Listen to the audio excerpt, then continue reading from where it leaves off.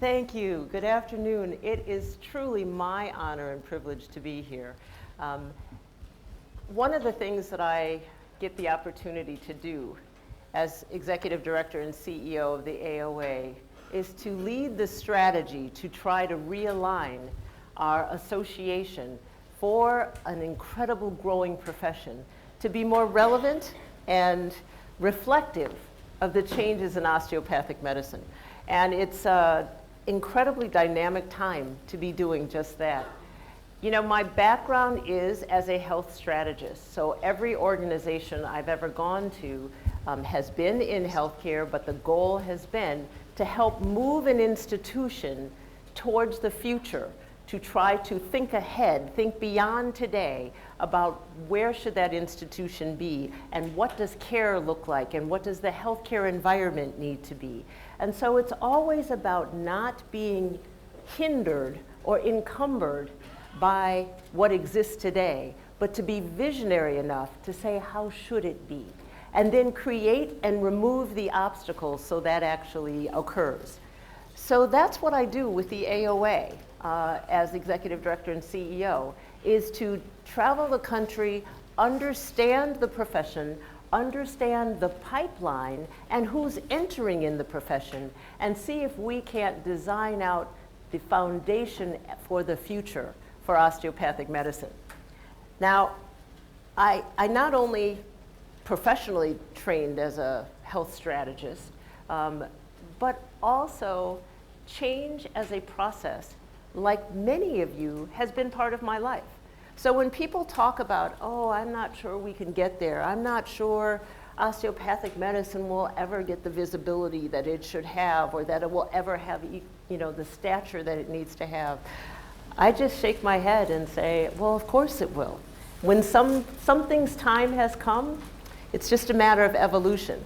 And I can vouch for that as not only as a person of color who has, you know, moved through systems and integration and things like that, but I was in the first class of women at Amherst College in Amherst, Massachusetts, when liberal arts colleges were not co-ed.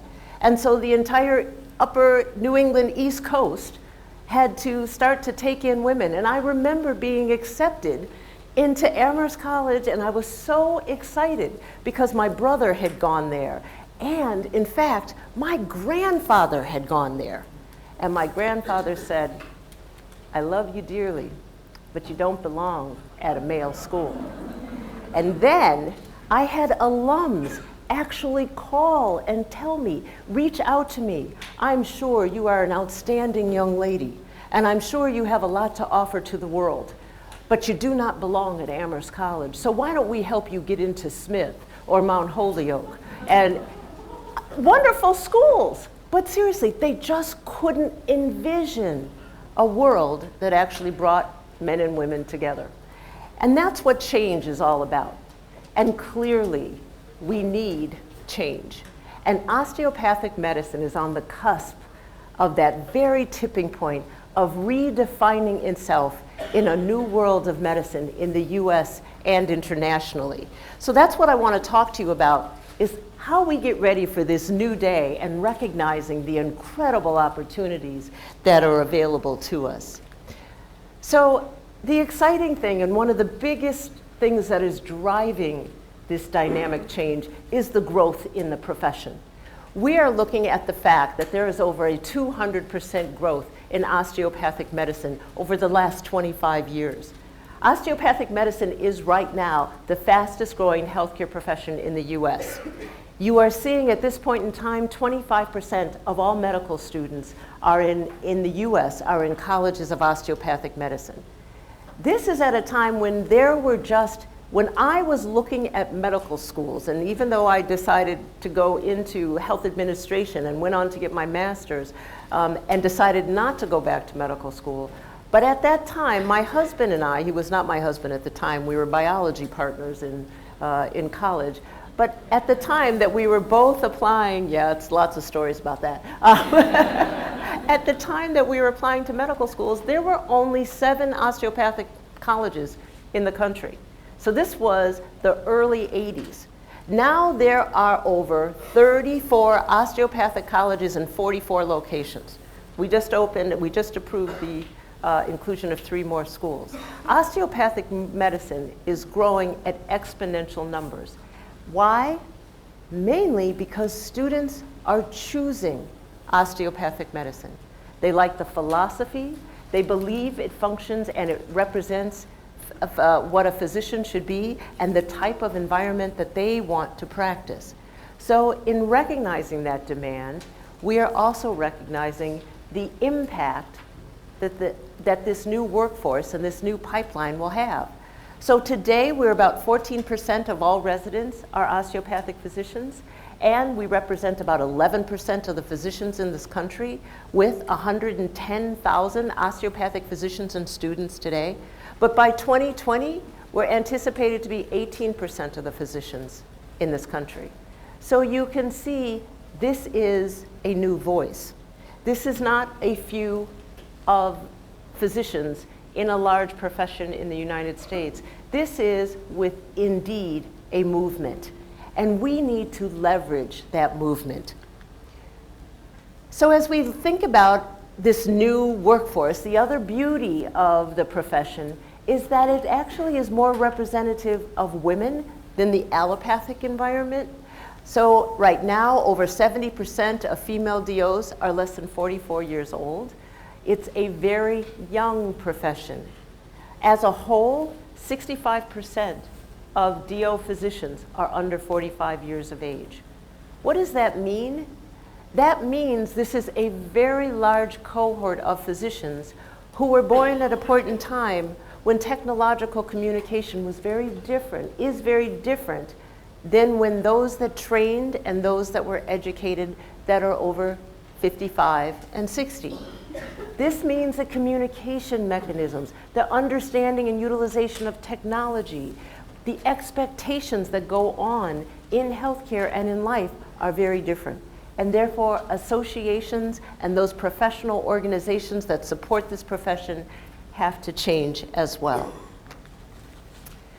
We tend to specialize. About 60% are going into primary care primary care specialties, but the recognition is that we still have about 40, and I think it is this year about 42% are also in the specialties.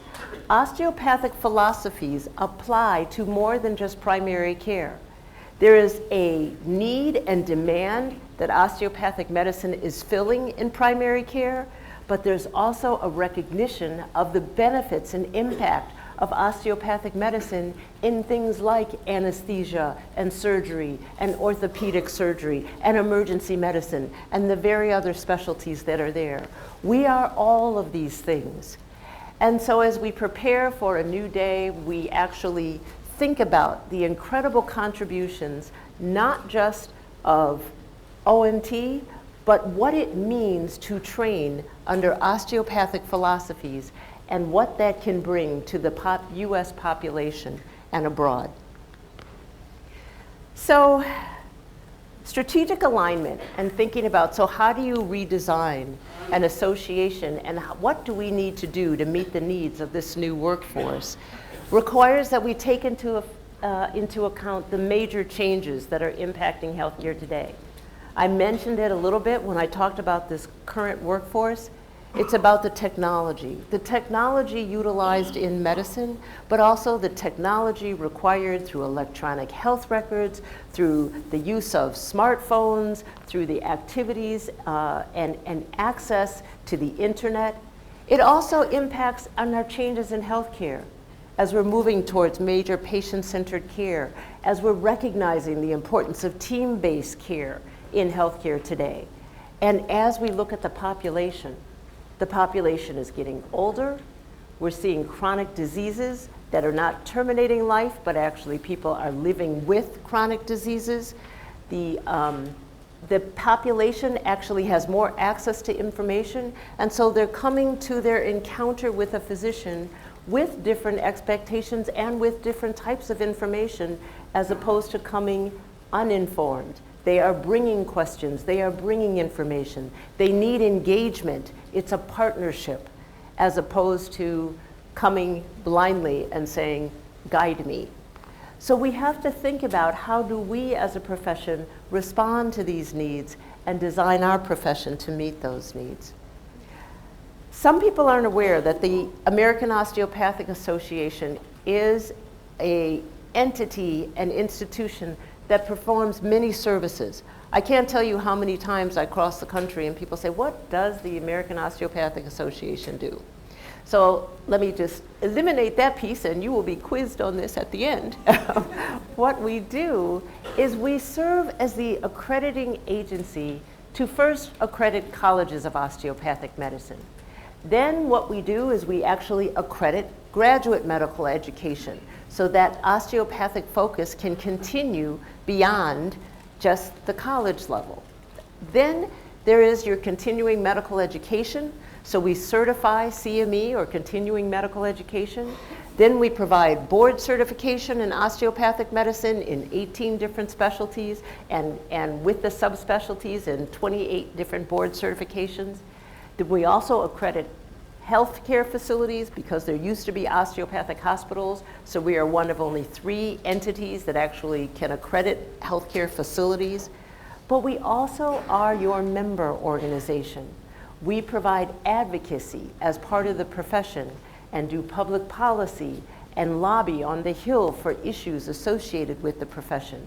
But we also have member services to help you with your licensing and keeping track of your CME and all of your credentialing so that when you apply for privileges, et cetera, you can turn back to the American Osteopathic Association. And we provide physician services to keep people current on issues regarding practice management and contracting, et cetera. So all in all, we provide all of those things. But just because we always have doesn't mean that we always should.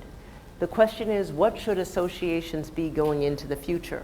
And so one of the changes that we have made is we've said we're going to change our role in terms of accrediting graduate medical education.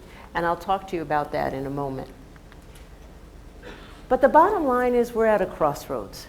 We're at a crossroads where there is more demand than ever before for osteopathic medicine. There's more curiosity about osteopathic medicine, both from the House of Medicine as well as the public. And we have an opportunity that's in front of us to bring forward so much of what we've learned. And so what the American Osteopathic Association has done is we've said, you can't be everything to everybody and you can't take on revolutionary change instantly. Figure out what is critical and what needs to be done right now and figure out what can be done a little bit later. And so in working with the board of directors of the AOA, we actually were able to prioritize and identify what is the vision for osteopathic medicine for 2025. And I heard loud and clear from this group that the vision was to increase awareness of osteopathic medicine dramatically across the country by the public and by all entities, and to increase engagement by DOs, to bring them back as a family and interacting as a group, and then also raise awareness on an international level. And in order to do that, then we've said over the next 3 to 5 years, we have to do 5 things. We have to, 1, give more brand visibility. We need to help the public understand what is osteopathic medicine so that you're doing what's called the elevator speech. I don't know about you, but it takes me about 5 minutes to tell a taxi driver exactly what the American Osteopathic Association is. We got to get that down to a soundbite. So anywhere they go, people can say, I know what it is. If you say the word Apple, you say, yeah, they make phones and Macs. When you think of brands, we have to brand osteopathic medicine to make that also exudes the wonderful attributes of the profession. We also need to enhance our public policy impact, get a clear voice as to what public policy is most important to us, as opposed to what I call the Me Too. Just because we're a physician doesn't mean we have to jump in on every issue, but what is unique to osteopathic medicine? We have to increase our impact through medical research, and we have to expand osteopathic graduate medical education. And in order to do all of those things, We also have to create an association that is not dependent on membership dues, but actually is more relevant and innovative about where we seek our funding. So let's talk a little bit about graduate medical education. So one of the things I mentioned of all the various things that we do is accredit graduate medical education. And today we have 1,152 programs that are in our residency programs across the country that are accredited under the AOA. Just as a point of reference, we actually have approved this year 75 new programs. And so this number is actually up over 1,200 as of July 1. But the point is that we are now going to move these programs across 18 specialties into a single entity called the ACGME. We want these programs to maintain their osteopathic focus and the wonderful qualities that have developed and trained so many outstanding physicians, but we want them to be accredited under an entity so that no longer are people judged by where they were accredited. So if all physicians are accredited under the same entity, then you have subcategories under that entity. You can say, yes, we were accredited by the ACGME, and yes, I trained in osteopathic focused programs. We are finding that there is tremendous curiosity and desire to bring in the knowledge base of the osteopathic focused programs, because they also want to understand how is it that we have had such cost-effective, strong programs that also allowed or encouraged the graduates to stay in their communities. And this is what is happening with medicine. We need more physicians to remain in communities that they train in, but also to build a wonderful pipeline of patient-based care. So we are moving into this new training environment, bringing with the effort our experience in rural and also underserved communities.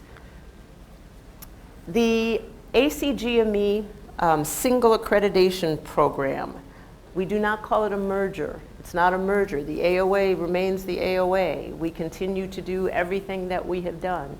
We are just transitioning over our role of those 1,200 residency programs into the single accreditation program. We are literally moving staff from the AOA into the ACGME. We are moving DOs who used to review and accredit GME under the AOA into the ACGME, so that you are also getting that expertise to oversee. And we have found that this is in the best interest of the patients to have a single accreditation system. It's in the best interest of the hospitals because it's more cost effective. They don't have to pay for 2 different accrediting agencies. And it helps us to secure a broad access to postdoc training for all future graduates. The bottom line is, when individuals graduate from the ACGME single accreditation system, whether or not they trained in academic medical centers, community-based or teaching hospitals, teaching health centers or FQHCs, or osteopathic focused programs, all of those graduates then have access to appropriate fellowships anywhere in the country, as well as medical staff opportunities throughout the country. And that is the goal, to increase access to osteopathic medicine and to osteopathic physicians. So with that, I mentioned to you that there's an entire new structure that's being created within the ACGME to accommodate this transition. They've never had anything like this before. And so we've had to create an entire infrastructure to accommodate it, adding DOs and representatives from osteopathic medicine onto the board of directors of ACGME, designing osteopathic recognition and creating separate residency review to understand what osteopathic focus is and to create a certification in this area. We've had to create put osteopathic physicians and DOs on all of the residency review committees that have osteopathic GME. We had to create a residency review committee for NMM and OMM because, of course, in the allopathic environment, there were no training programs in OMM. We've had to add DOs onto the monitoring committee that oversees the review and accreditation of GME. We've had to create operations task force that meet weekly, that go through all of the issues and change all the policies and design all the activities. And finally, many of you will be very familiar, we had to create an administrative infrastructure with this ACGME. And we are stealing one of your own as we take Lorenzo Pence to place him within ACGME to oversee the osteopathic focus programs in OMM and NMM. So he will join many others that are welcoming and excited about this new prospect. But this, like the effort, when they decided to make those schools co-ed, is a solution-based effort that says, now let's prepare for change. Where every question isn't answered in advance, it's answered over time as an evolutionary process. But the goal is not to hinder or stop, but to actually create a smooth integration on behalf of the physicians and the patients. So as many know, we're actually in the process of moving through this accreditation system. We've been doing education forums. Institutions that host graduate medical education have started to put in their applications for institutional accreditation, and programs themselves will begin to apply on July 1. And we will continue to clarify the rules of accreditation and recruit recruit current ACGME programs, recruit current ACGME and AOA programs to become osteopathic focused. We will continue to promote the use of OPTIs, which is one of the nation's innovative training models, and we'll continue to monitor the progress through this effort. It will take 3 to 5 years to get all of the 1,200 programs into the new system. But I hope it's going to be the shorter, not the longer. My hope today is that I came to spur and create some excitement, that this is just an incredible time to be in the profession of osteopathic medicine. It is a pleasure and an honor to cross this country representing the profession, talking not just to the osteopathic profession and not just at COMS or state specialty societies, state associations, or to our osteopathic specialty colleges, but also to go into the allopathic environments and go on the Hill and go in state legislative environments and go into the chronic disease associations and work around the country in so many areas in the House of Medicine to say, and do you have osteopathic medicine represented here? Have you reached out to a DO? Have you included osteopathic physicians in this particular training model? And everywhere I go, once you stop and explain, they say, oh my goodness, we've got to have them here. And if there's any problem in the world right now, it's how will we meet the demands that are moving so much faster than we can fulfill. But we've got a great start. We're going to be rolling out a brand awareness campaign that'll be happening this fall. You'll see it in a variety of forums. But if nothing else, we hope that you continue to stand proudly to say you are part of the profession, you are part of the change, you are part of the advocates that are bringing forward osteopathic medicine in a meaningful, impactful way, and whose time has come. So I'm happy to answer any questions, but thank you so much for allowing me to talk to you today.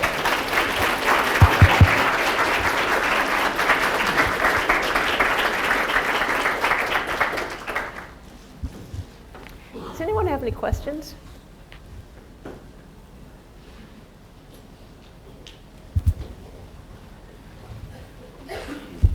Hi, good afternoon. Thank you very much for coming out.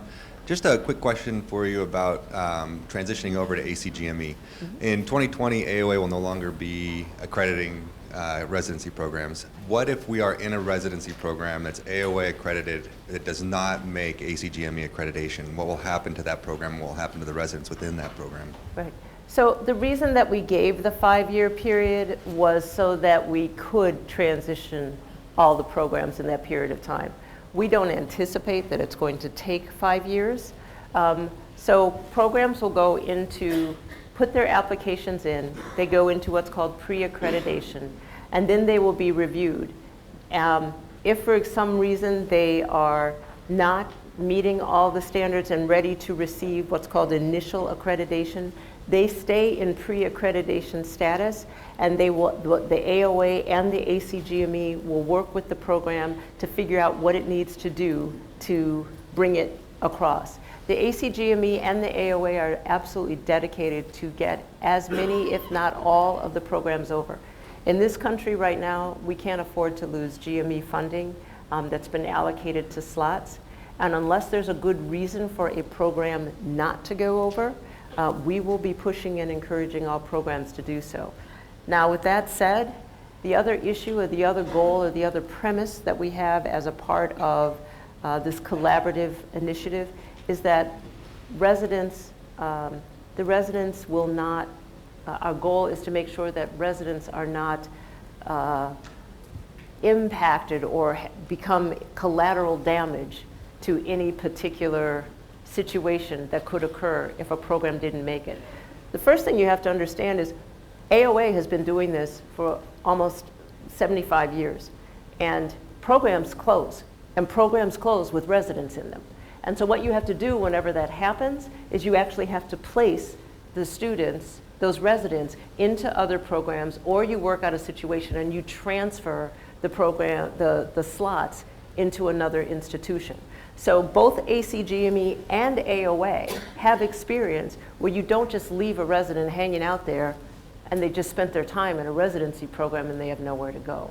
So with the few circumstances that might happen where a program does not go over because they either decided they didn't want to, or they, or the efforts that it took to actually meet the standards, or they didn't have enough people matching into the program and they've had unfilled positions for multiple years, we will actually work with on a program by program basis to make sure that there's not damage to the residents. We will continue to protect residents the way we always have. So.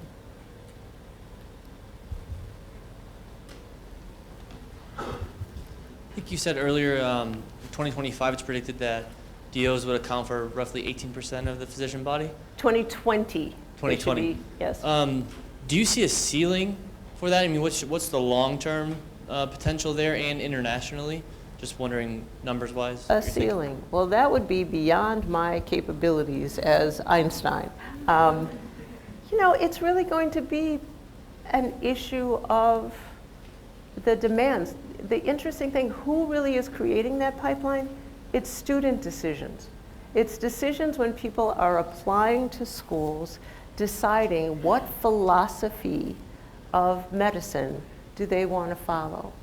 You know, I have found that it's been very important to help, the way that I have helped many of the allopathic institutions and organizations I've worked with when they've kind of looked a little confused and said, I don't get it, what exactly is the difference? And I've equated it to the issue of thinking about students with bachelor degrees.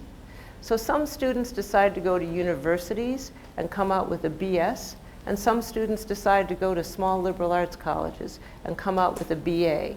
Well, what's the real difference between a student that goes to a large state university versus someone that goes to a small liberal arts college? In that liberal arts college, the philosophy of education is going to be, you need to take religion, music, art, political science, economics, as well as your pre-med requirements. You have to get a whole perspective of education and understand that you learn how to think through and appreciate the variety of perspectives regardless of the discipline. So you're encouraged not to create a major until you are actually entering your junior year. When you go to a university, you are asked to pick your college when you start, and you actually then start to focus in on a major, and you are encouraged to stay within the parameters for your coursework, with small exception. It's not right, it's not wrong. There are two different philosophies of education. That's really what goes on with allopathic versus osteopathic. You're still coming out with degrees in medicine. You're still having access to the full array of residency programs, but the key is some choose different philosophies of medicine. It's a philosophy of approach to the patient, as well as learning more about ONT, the body, the holistic approach. And so it's a philosophy of care that can carry itself forward. So what's happening is, to your what happens, how far can this go? It really will be interesting to see. We're seeing a generational trend where students are, now that they're getting more exposure to osteopathic medicine, at that point of choosing medical schools, they're saying, wow, I get this. I actually choose to train or to go to school under osteopathic focus.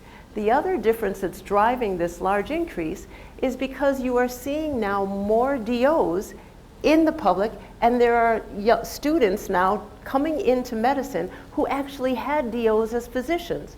In the earlier days, back in the other generations, DOs were only in certain states in any real magnitude. It was very easy to grow up and never have any exposure to a DO. That's a hard thing to do in this country right now. And so as people understand choice, this is where they're making choices. Are you looking at a day where everybody will be in osteopathic medicine? No.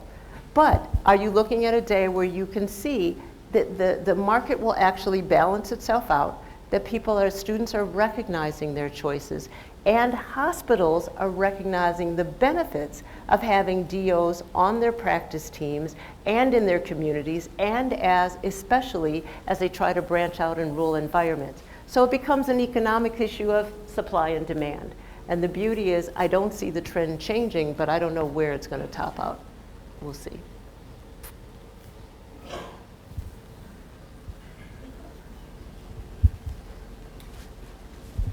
First of all, thank you for coming and speaking. It was a great presentation.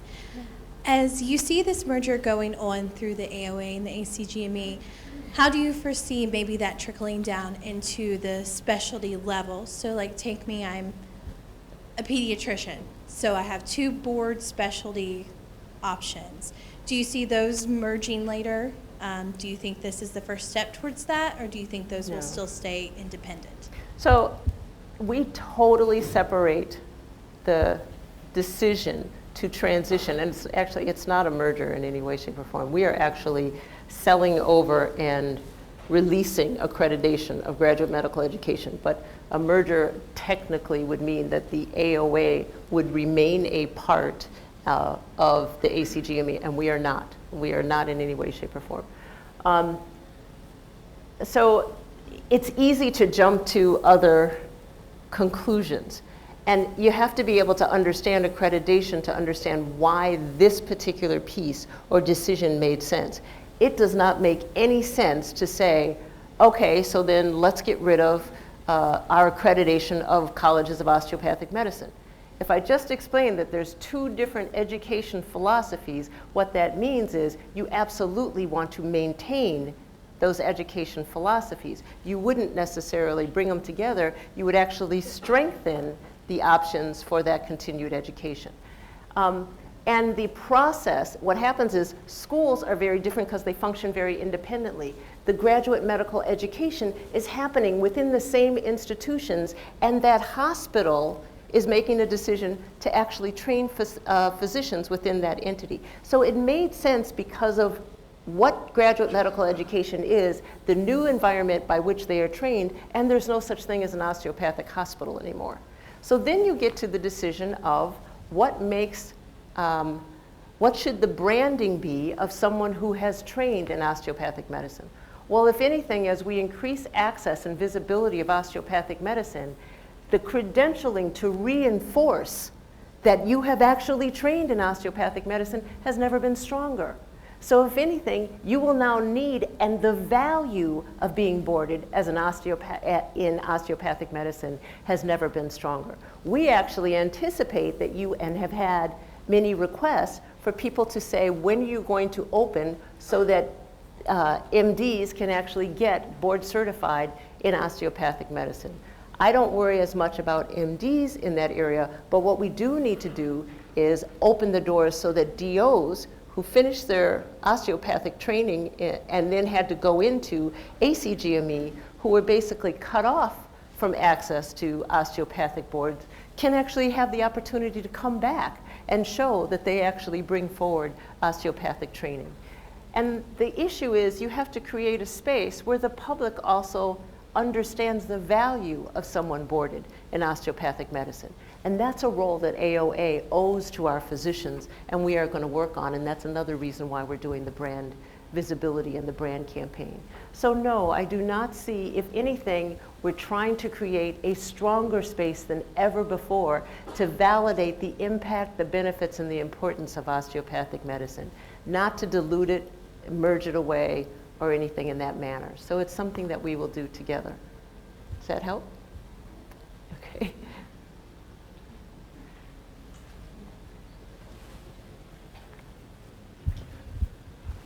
You briefly mentioned, you talked about fellowships for a little bit, and I'm interested to ask if you have, if there are, with the ACMG, with the transition, are there going to be more slots available for osteopathic physicians to apply for allopathic fellowships, or are there any concrete goals or objectives from the AOA to increase the number of osteopathic fellowships in the future?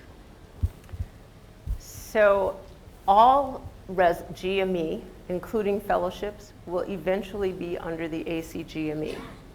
Now, the ACGME does not grow or start graduate medical education programs, internships, residency programs, or fellowships. That's not their job. Their job is to just accredit them.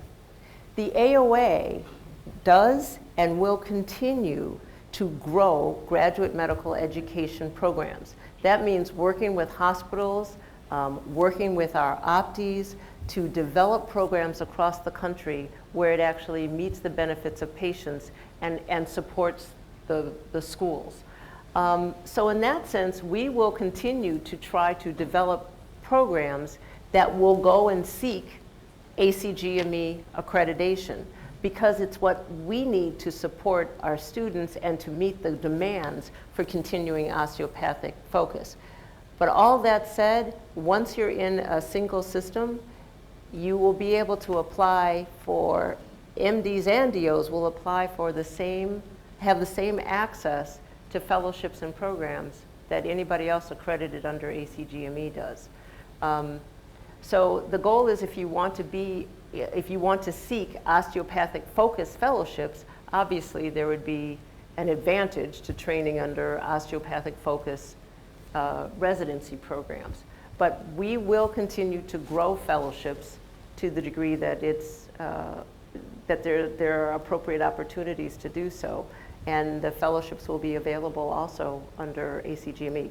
If we had not done this, then actually osteopathic students would have been prohibited or blocked out of fellowships that were accredited by ACGME in a few years. It was also one of the other large drivers that pushed us into this, because they had a process going through called the Common Program Requirements that was going to lock out DO students and foreign medical grads from their fellowship programs. And so that was another reason we would move forward, to make sure that our students and our physicians were included. So, in the back.